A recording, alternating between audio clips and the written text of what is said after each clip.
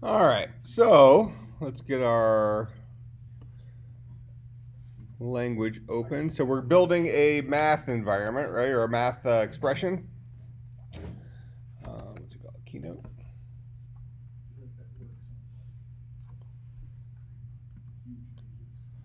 Okay, so we have a language of math ops, and then we have a new grammar in our lambda calculus expressions called a math expression, where a math expression will start off with the word math expression, and then it'll have one of our math ops and then two lambda calculus expressions that we presume will boil down to numbers, right? Because we do math with numbers.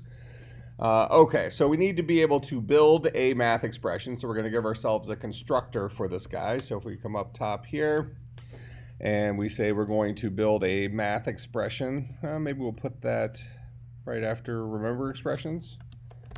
So define math exp to be a lambda, and in order to build the math exp, we need three things, right? We need an op, we need a lambda calculus expression, and we need another lambda calculus expression. Those are the things that go into a math expression. So we have we'll call it a math op. We'll call it an LC expression 1 and an LC expression 2. And we're going to create a list out of math exp, math op, LC expression 1, LC expression 2. So that's what that guy gives us. Then we need to have a predicate, so math exp question mark. This guy will take in a lambda expression. We've been calling them LC expressions, right? LC exp. And he's going to return whether or not the car of this guy is equal to math exp. So EQV car LC expression math exp.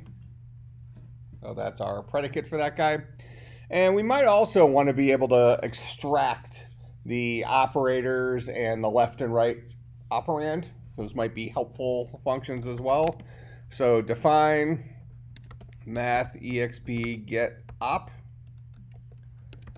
This would be a lambda that takes in a math exp and it returns the car of the cooter, which would be our math op. The car is the word math expression, so the car of the cooter would be our math op, right? So LC expression, so that'll give us our get op. I'm going to copy this for get. Huh? You said lambda taking the math exp and then you have to clear out the LC exp. Oh, thank you.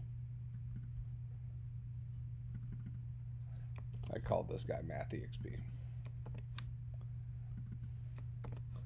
So get left operand will be the car of the cooter.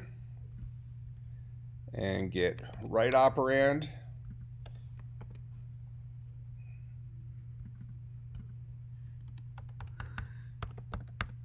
will be the car of the cooter. All right, so now I have the ability to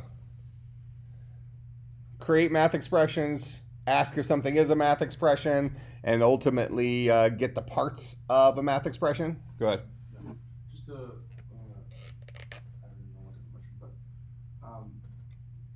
is there a reason to put these defined parts in the definition instead of just putting a let inside the environment?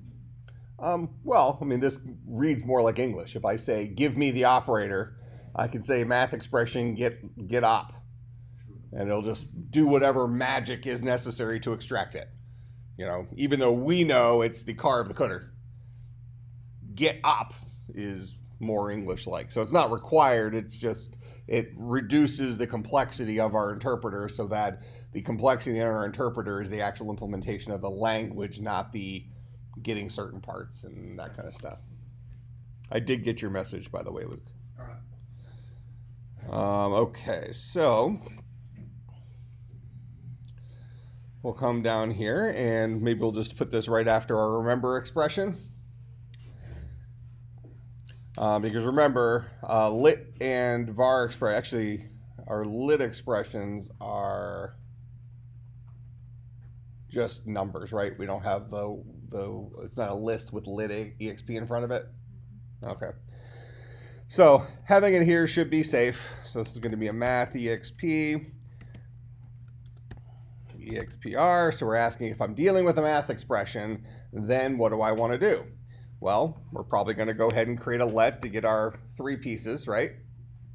So we'll say let op be math exp, what did I call it? Get op, like that, of expr. So that'll be my op. L'operand is going to be math exp get left operand expr.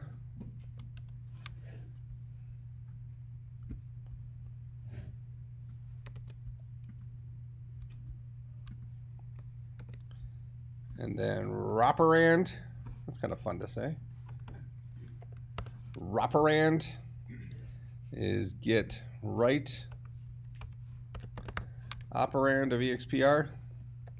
All right, so there we have our let for that. Go ahead. So, is there a advantage to making those constructors above instead of just doing the cars and the gooders inside the let? Isn't that the question Austin just asked? Did he? Yeah. Sorry.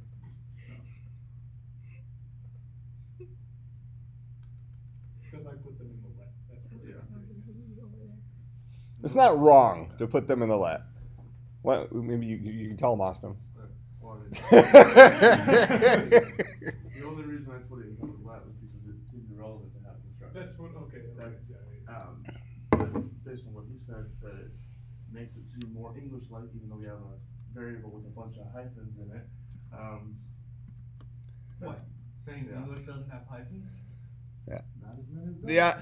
the idea here is that when we want the op, we ask for the op. We want the left operand, we ask for the left operand. That way, the actual logic syntax that's in our interpreter is the logic of the implementation of our language, not the extraction logic.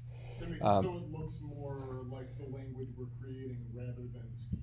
Correct, and also not even just that. It also allows us the freedom of changing how we want to represent our language by only changing our constructors and our getters, let's call them, someplace else, because this guy is always going to get the parts using that getter, regardless if it's 9 catters in because of some crazy made-up challenge-based syntax. It's still going to call math exp get op. So it's not wrong to put your that's the catters and stuff in the let. I think it just adds a level of complexity that maybe isn't required, something like that. All right, so now I have those things. And what am I going to do with them? I'm going to ultimately boil down to doing the math on those things, right? So I think I mentioned maybe write something called like apply math. So a function that's going to take in those 3 things. So we'll go ahead and boil down to apply math. And this guy will pass in our op, our l'operand, and our roperand. Like that. And then right before this guy, we'll go ahead and define apply math to be a lambda that takes an op, a l'operand, and a roperand. Now this guy also needs to take in an environment. We got to give this one more piece because l'operand and roperand, actually, you know what? We don't need to have it taken an environment. We want to keep it completely separate. So really, when we say here l'operand is this guy, we actually want to apply our environment on the operand and the operand. We need to get those values. We can either do it directly, or we can get these variables and then do it separately. Well, let's just call apply expression on this guy and our environment. And we'll call apply expression on this guy. Oh.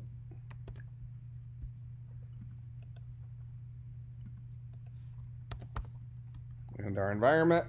So now operand and operand are actually boiled down to what they are, whatever that is. Presumably numbers is what we're doing here. And then we'll call apply math on those two things. So apply math will take those things in, and now we're going to have a cond. So a cond is going to say equal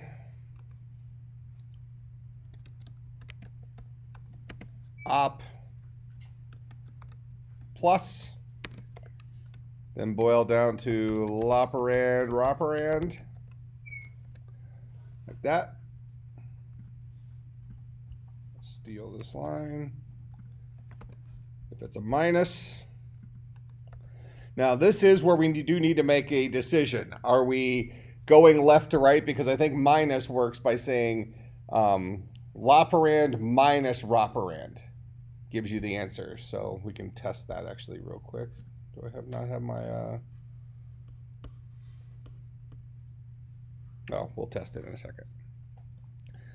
Just to make sure we have that written correctly. But we're making a programming decision here that this left guy is what comes first in the subtraction. It is this number minus this number.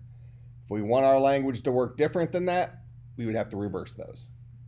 Make sense? That is a programming, so we'll put a little thing here. It says, is that my, no, it's this, right? Yep. Subtract operand from operand. If we're equal to multiplication, then we'll multiply. If we're equal to division, then we will divide. Now we can decide if we want this to be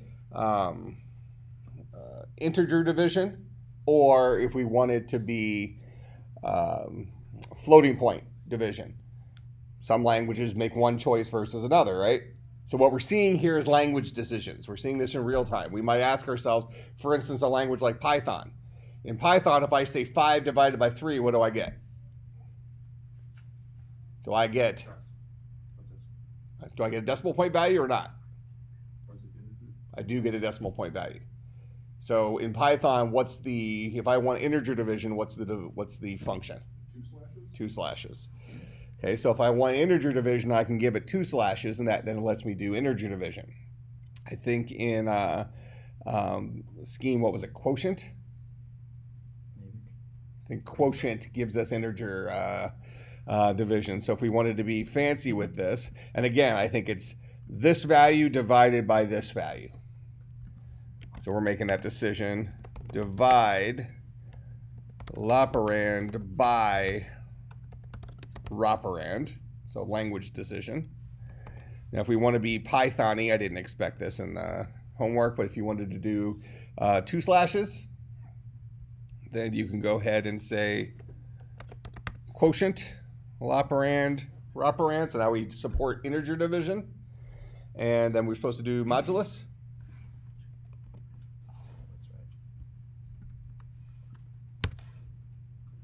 And what is it? Modulo. That. Okay, and then we'll throw our else in here and maybe just boil down to false. Or we can boil down to, well, we could do apply math error. Now, if you think about modern languages usually have exception handling, right? So we would probably have a function called throw exception, where you would throw at the string that you wanted to have the exception related to, and it did its printing or whatever. So you could certainly do that, but we've been kind of consistently just throwing a false there when something weird happens, right? So we'll just leave it at that and not overly think that. So that's our apply math, give it an op, a operand, and a operand, and we get our stuff. All right, so now with our test expression, we can remember I'm going to simplify this some.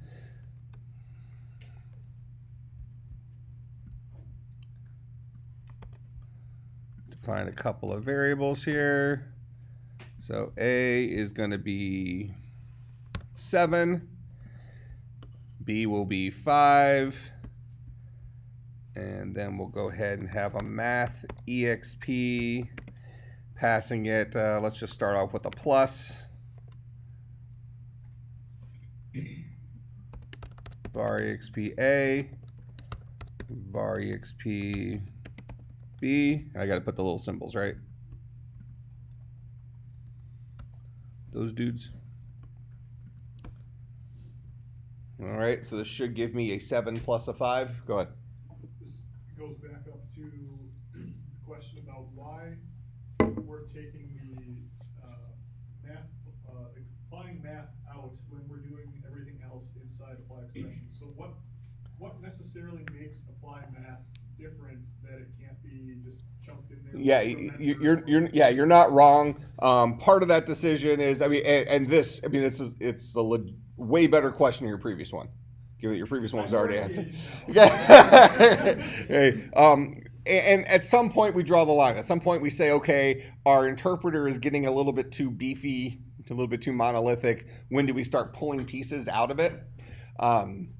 So for instance, today we're going to talk about recursion, implementing recursion. At that point, we might want to start pulling out lambdas a little bit instead of doing too much crazy stuff in there.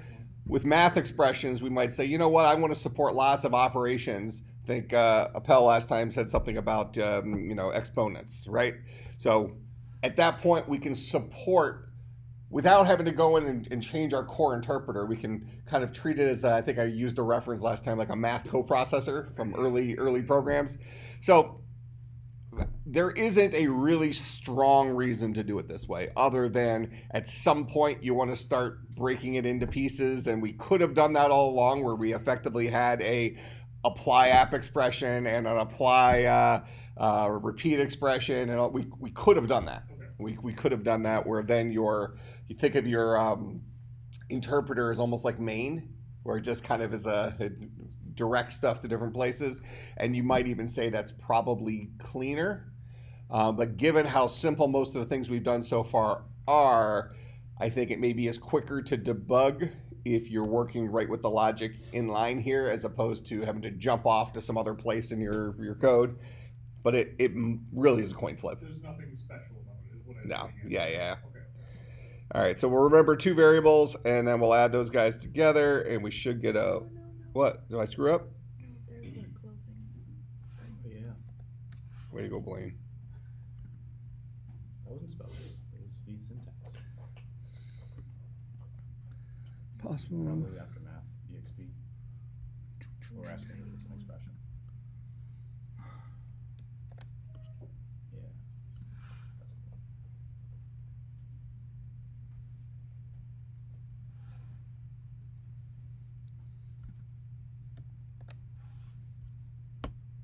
Needs. Yeah, not the other one. It's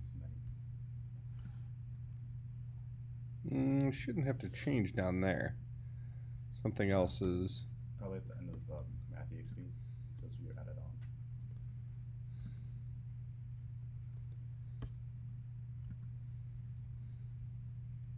on. There's our 12.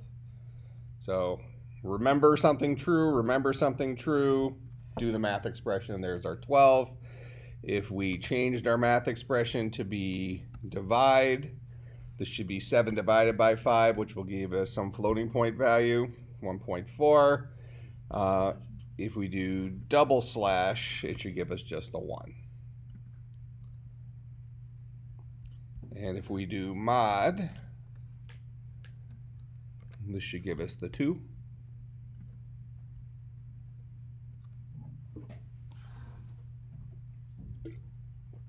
And then subtraction should give us a 2, just to make sure it works the way we thought it works. So it should be 7 minus the 5, should give us a 2. Yep. Multiplication.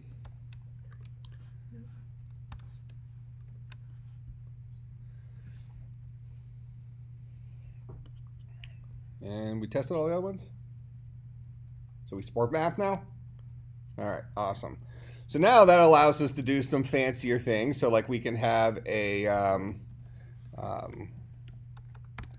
lambda exp that takes in, what is the parameters, 2. It's a list of params. So it's like x and y, and our body can be math exp plus var exp x var exp y, and we'll put all this inside of a remember exp add stuff.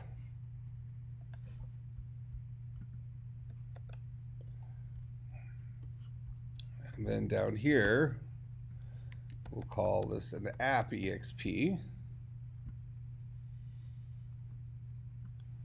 passing it var exp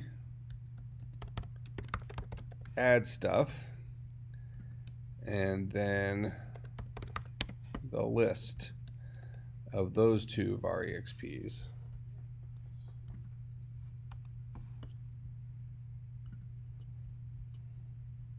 There's our 12. So now we can int a equals 7, int b equals 5, public int add stuff, int x, int y. We're saying this in Java, right? Return x plus y.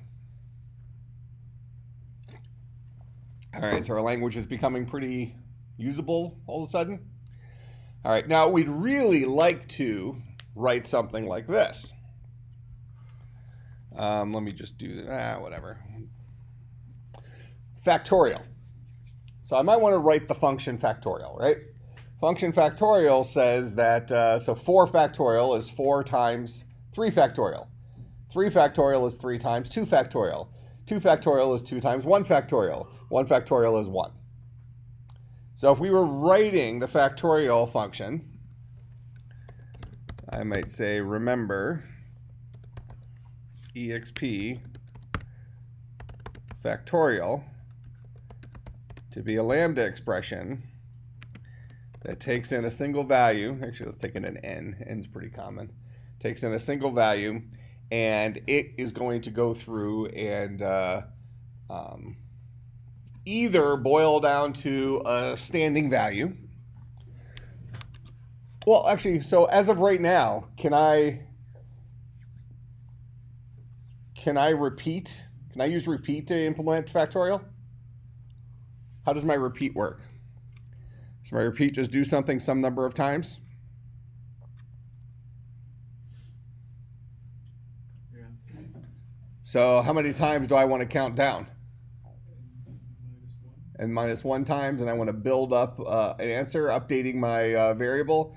Do I have a way of updating a variable in my language, or do I just have a way of creating a variable in my language?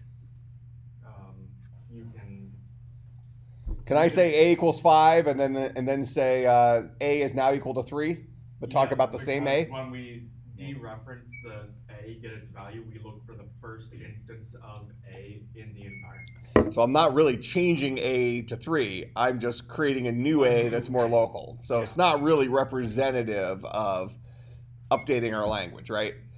So we really need a way of setting an existing value to a new number, right? So, You get a get set essentially. yeah, so we already have a remember expression. We have a remember expression. Now we need to have a set expression. And set expression, if we go back into our thing here. So with set expression,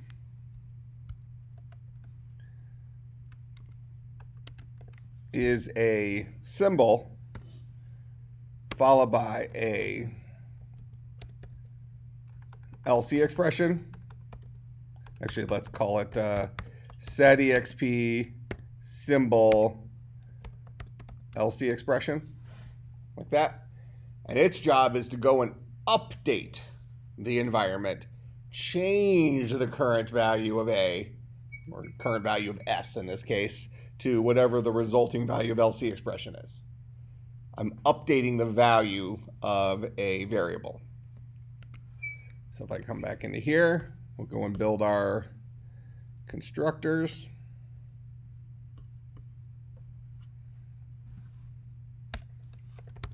So we'll define a set-exp to be a lambda that takes in a symbol and a lambda calculus expression, and it's going to create a list out of set-exp, S, and LC expression.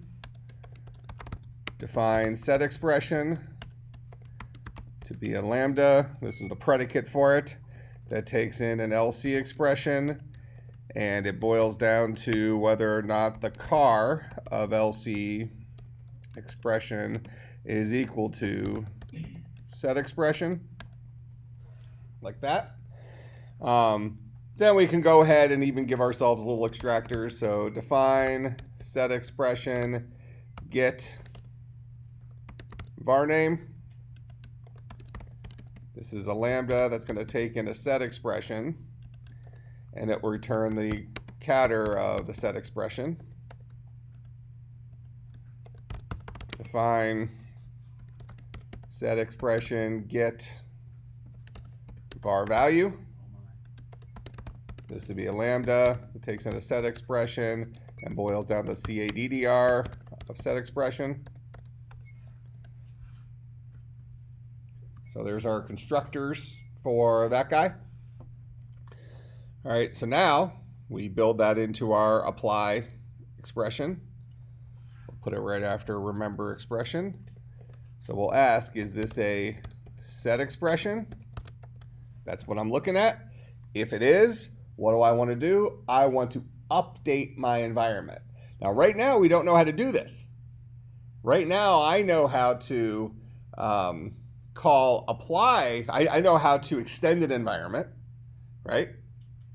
I know how to apply an environment. Apply environment gets me the value given a variable. But how do I go in and change, modify my environment? So right here, I have a local variable called env. I want that guy to now become a new environment post this line. How does that work?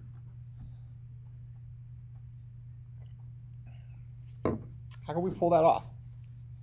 Like new environment or the same one? Well, it's the same one, but updated.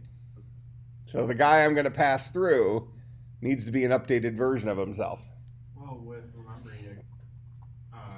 remember, we're just passing out our updated environment. So wouldn't we do the same thing with set environment? And then it's kind of the job of our block expression to kind of pass this new environment along to the next instruction. Okay.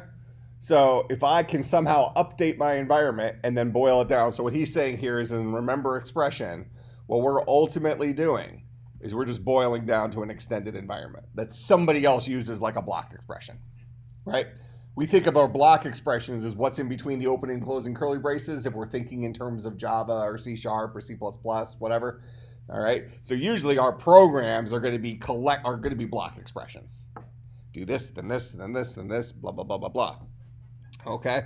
So if we're giving this guy a variable we want to update in our environment, we can return the environment that is produced, modified, by passing it the thing we want to update, the value we're updating it to, and the thing we're updating, right? So what I need to do is, let me just close this for think that'll like that for right now.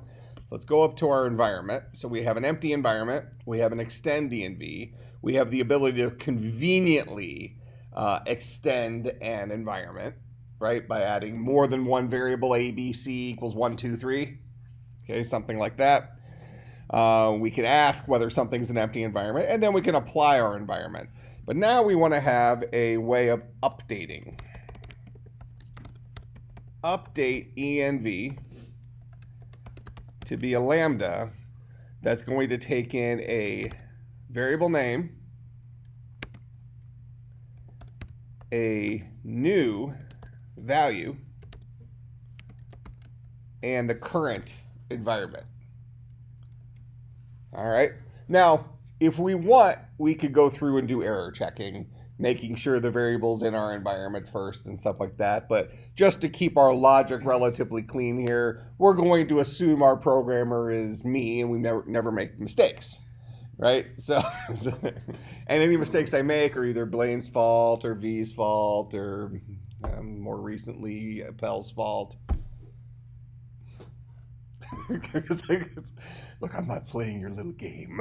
I don't even remember. I don't even think that's related. I don't think it's related to anything. I just thought it'd be funny to say. Oh, really? Okay. Your memory's better than mine.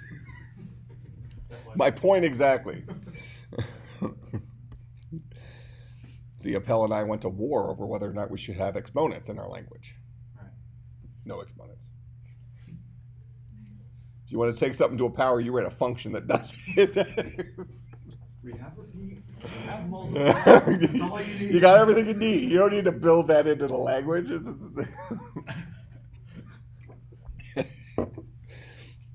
Actually, interestingly enough, Java doesn't have it built into the language. I find that surprising, actually, because there's so many things that Java does have. But they don't. Most languages don't. I don't think C# doesn't have it built in. Yeah. And where people get, so for instance, if you're in Java and you say something like 5,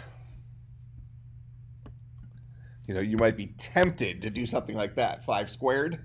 But that won't give you an error. That's the problem. What does that do? What does that do in Java or C#, really any modern C-based language? I want to say. We've all learned this at some bit shifts it. You're in the right world. It's a bitwise operator, but it's not a shift. Oh, is that bitwise and? No, bitwise and is that single. Yeah, so if we do a logical and, we're doing double ampersand, and then this will fail because the things on either side need to be Boolean expressions. But a single ampersand is a bitwise and. So that says take whatever the binary version of 5 is and whatever the binary version of 2 is, and on each bit, a 1 and a 1 is a 1. A 1 and a 0 is a 0. A 0 and a 1 is a 0. A 0 and a 0 is a 0. So it does a bitwise and on a per bit basis. An OR is a single bar, if you want a bitwise OR. But what's that guy? Appel looked it up, so he's not allowed to answer. If I have ands and an OR, and I have ORs, what's my, No, there's 2 things there. Never mind. Exclusive or? yeah, it's a XOR, exclusive OR. So this is a bitwise XOR. One or the other, but not both. So 1 XOR 0 would be a 1, 0 XOR 1 would be a 1, anything else is a 0. What's a place we might use that at? See, that's more of a computer organization type question where if you, the short answer to this would be something called masking for networks, where you could take 2 values, you can mask the things together to give yourself a new value. But there's all sorts of interesting mathy applications for this, but you would never use it to ask Boolean questions. Oh, okay. Yeah, so it's almost like a new math operator, but it creates encoded versions of things. So one thing you might see in a lot of languages is you might see something masked with something else, something like that. So where you see in a lot of languages, if you have, let's say you're creating a socket connection to something. This is the type thing we talk about like in 450, where you say, okay, I want my socket to have this feature, plus this feature, plus this feature, plus this feature. You know, maybe there's 15 possible options for it. What you do is you bitwise OR them all together, and that creates a mask, and that particular mask represents which features are on. Okay. It's just a series of on-off switches, if you will. Make sense? So that's in a real-life applied version of it. But in any case, that's a little language. But I mean, I want you to make sure you take this in the right context. That is truly language theory stuff we just talked about. A person who's only had math and is now learning how to program, they might be tempted to do that in a programming language, right? In fact, how many of you have tried to do that before? I bet you most of you at some point when you first had to do exponents. And what's really frustrating about that one is a lot of times, depending on the context in which you're using it, it's not an error. That's going to give you a number. Okay? It's just not giving you the number you expected. It's giving you a very different number. Have we done anything with exponents? Well, you've taken math.pow or something like that. Yeah, but I mean, but that's what's frustrating about 5 to the power of 2 like that. It's actually a bitwise XOR, and it will give you another number. That makes sense? So what's a 5? A 5 is a 4 plus that's a 5. And then a 2 is a 0, 1, 0. So an OR is a 1, 0, 0, 1, 1, 0. So this guy is going to give you a 7. Well, that's cool. So 5 XOR 2 is a 7. I can see that could be useful. That's not what you were expecting out of that. Squared. It's not 5 squared. that ain't 5 squared. But what sucks about it is, as a new programmer, when you probably have tried to do this, it's a number. So your program ran as if everything was cool.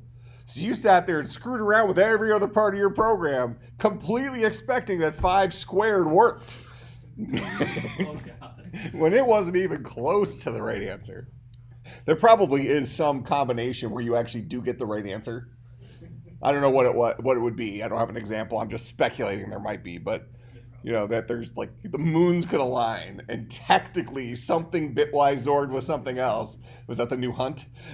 The extra credit. Find a bitwise XOR that is also equal to the exponent version of it. Gotta write a program. To do it. Mm-hmm. So, all right. So that's so any questions on that? But understand that is a language theory thing, because as the developers of the programming language, we get to make that choice, right? We saw what Python did when they made the choice about what the division single slash meant. And that choice they made is different than the choice that Java, C#, C++, C made. Reverse order that. C made the decision, all the other guys just jumped on the bandwagon, right? So, you know, they said their single slash is integer division, where Python says this is floating point division. And if you want integer division, put 2 slashes, which is better. Yeah. What do you think? I actually think it's better too. I'd say the other one's better because it's least used. Which one? When you say other one, The integer. which language? Tell me the language that you think implemented it better. Python or C? Python? Okay, why? Because most people, when they think division, when we think division, it's just raw division. We don't really think integer division all that often. At least based on our experiences. Yep. But the double slash is like, it's the same type of division, but it has. Yeah, you got the option. You got the quick option to do either one. Yeah. On the other hand, Where- in a strongly typed language like C, where you can't store a float in an int, if you have an int, you want to divide it by an int, and you want to pass that into your function that takes an int, well, if suddenly just doing division is going to give you a float, that's going to be really Problematic, yeah. I had Yeah. that problem with my last Divide program. 2 numbers and cast the float as an int. And Well, right, but you that's write a function. I had to more work. Yeah, so I mean, to your point, that you can do all this stuff in a language like C or anything based off of it, but what you end up doing is you have to do typecasting. You have to purposely divide by 2.0 to, you know, to get your floating point division, and then typecast it back to an int to you let it truncate. It's not going to do any rounding. It's just going to truncate. You have to know the rules by which that language has made that decision. Generally speaking, I would say that I think Python's approach is better. I mean, you can pretty quickly just say, look, division means this to most humans, right? 5 divided by 2 is 2.5. That's what it is. Okay, now human beings going to generally think that way, and I advertise that programming languages are a means to let a human being solve problems in a similar way to how we already solve them, right? So if I think about 5 divided by 2, and I get a 2.5, I'm confused when Java says 5 divided by 2 is a 2. Now, as a programmer, you learn little tricks and stuff like that, and that's fine. But Python says, look, you do normal division, this is what it is. You want the integer version, you want that special version of it, you know, maybe not the normal version of it, but the special every now and then thing, you do the double slash. You're in the same realm, right? Just one little extra slash. Say, just give me the integer division. It'll do it. Then if you want the remainder, you do the % symbol in Python. It gives you the remainder, just like in any C-based language. So I would say Python's approach, that, in my opinion, is a better approach. Make sense? Okay, so we're going to want to have update env here.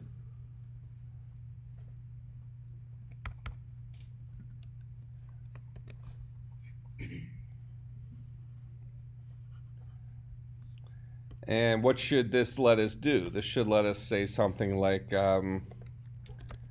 set-exp a to math-exp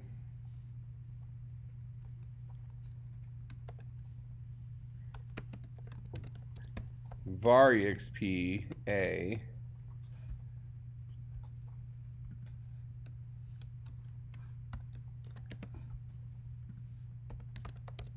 var-exp b. So I have A and B, 7 and 5. Then I have my add stuff. Then I'm going to update A to actually be whatever A currently is times B. So that should give me a 35.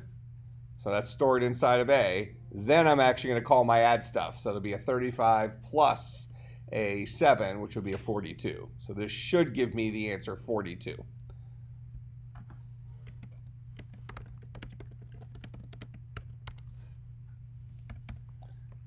So for our homework,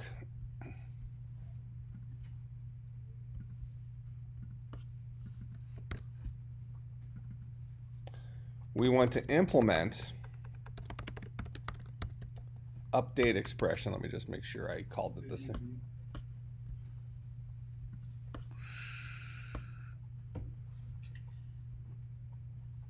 Update env. Oh, thank you. So implement update env such that it takes a var name that we can assume is in the environment, so you don't have to error check, and it changes the value of that, changes the associated value of that var name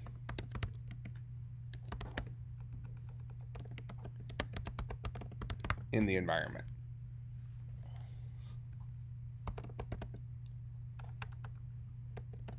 Finish implementing and test.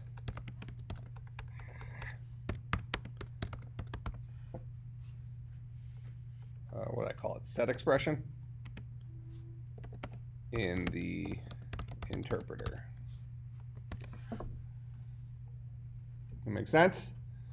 So that allows us, so now notice how much more useful our language is starting to get. When this is starting to look like a legit program, isn't it? Define a couple of variables, set them equal to some values. Define a function. Update one of your variables to some other thing based on whatever I could have said. I could have said times var expression A, and then if I wanted to, I could have made this guy a lit expression. So if that makes you happy, you can say lit expression 75. So 75 times 7 is a 525. So 525 ultimately plus 5 is going to give you a 530. Make sense? So now we have the ability to update variables in our environment. Note that you can't just extend the environment with a new variable with the new value, completely knowing that that's the one it'll find first. That's not what a good programmer would do. That's not a good language. You want to actually update the variable in the environment. You don't want to just create a more local version of itself with a new value and just hope for the best, right? Make some sense? All right, questions about what I'm asking you to do? So what I'll do here is I'll just take these two things.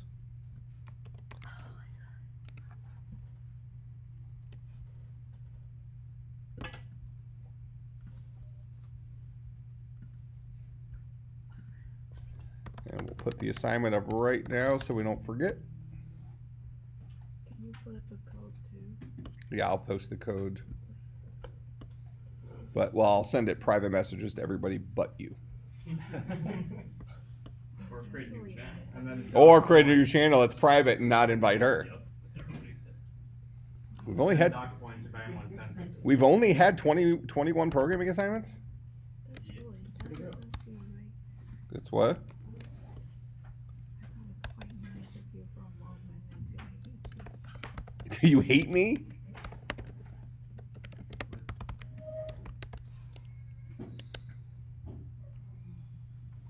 Anyway, this is the update one. You know, it's just really gas. Oh, let's do Is it- it. That was never my chair. What, I just let out a big sigh. Yeah, I heard that there was a. I don't really have a strong sense of smell. So, but Professor Locklear was saying that he smelled a strong chemical smell in here. Oh yeah. It was, Yeah. it was potent earlier, yeah. Is it better? Well, Maybe I'm just used to it. I think we're just used to it because we've been in here for like 2 hours. Oh, no, I didn't know. I didn't realize. No, I think it's gone, it's not. I mean, it smelled pretty bad. Well, not bad, but like. What did it smell like? Like what was the? Almost like pine sol, but Yeah. not quite pine sol. More painful than pine salt. Yeah. Painful pine salt. Painful pine salt. It's just It's bad. not your new indie band. So spicy pine. The new indie band, Painful Pine Sol. Program 21. Actually, spruce trees are less painful than Yeah, pine that's trees. true. Pine trees have pretty sharp needles. Yeah. I'd say like of the evergreens, pines are probably among the painful. of the carnivorous. Yeah, I will admit that's Yeah. I hate getting an actual Yeah. tree for Do Christmas. you ever finalize that? So then you gotta take it out and like it's really Well, I did. It's on the schedule. Just the registrar hasn't added it yet. So once I get it on the schedule, everybody can register for it. Then we can debate what time it should change to. Alright. So as of right now, it'll be like that 8 o'clock one, and then we can get bodies in there. But one thing I won't let folks do is take that class if they haven't had the security class. So if you haven't had 426, you won't be allowed to take 450 unless you register for 426 next semester as well. Because we want to get people in the new version of 426, which is built for our cybersecurity concentration. 450 is the C++ systems programming class. C++. What if we've already, Well, C, the C programming class. what if we've already taken 426? Well, so I already said that answer. Then you have. Then to you, do it. yeah, then you. Oh, So okay. bottom line is, if you haven't had 426, the only way you can take 450 next semester is if you also enroll in 426. And then what else is required for that semester? Well, I don't know. That's going to depend on the different people. But if you've had 426, then you can enroll in 450. So what I'm what I don't want to have happen is I don't want people not to take 426 to take 450. So you can take both, Or if you already had 426, you're allowed in 450, but you can't take 450 if you haven't had 426. All right.